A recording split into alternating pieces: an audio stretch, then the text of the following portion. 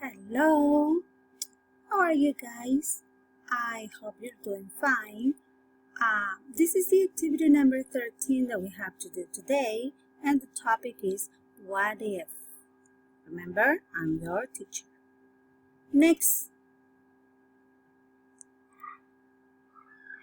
Okay, as the first exercise, you have to do the warm-up activity.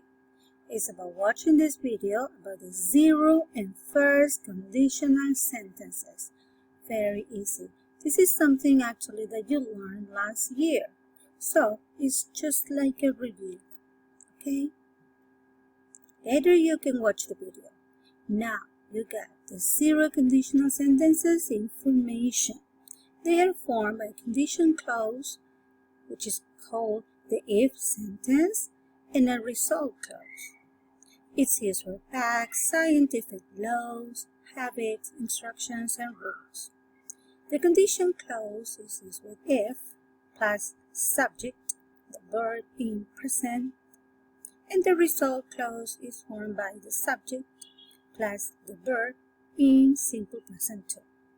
Remember the simple present tense? With I, we, you, and they, we have to use work. For example, the verb in the base form. With he, she, it, the verb is with the letter S. Works, for example. Look at the sentences. If you mix blue and red, you get purple. Simple present with mix, get simple present.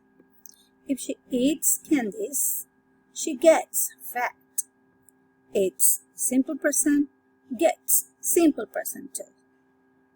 If the baby feels sick, feels simple present, her mother calls to the doctor. Calls because her mother is she.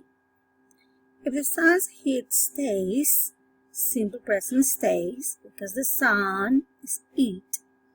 It produces greenhouse effect and global warming. Guys, pay attention.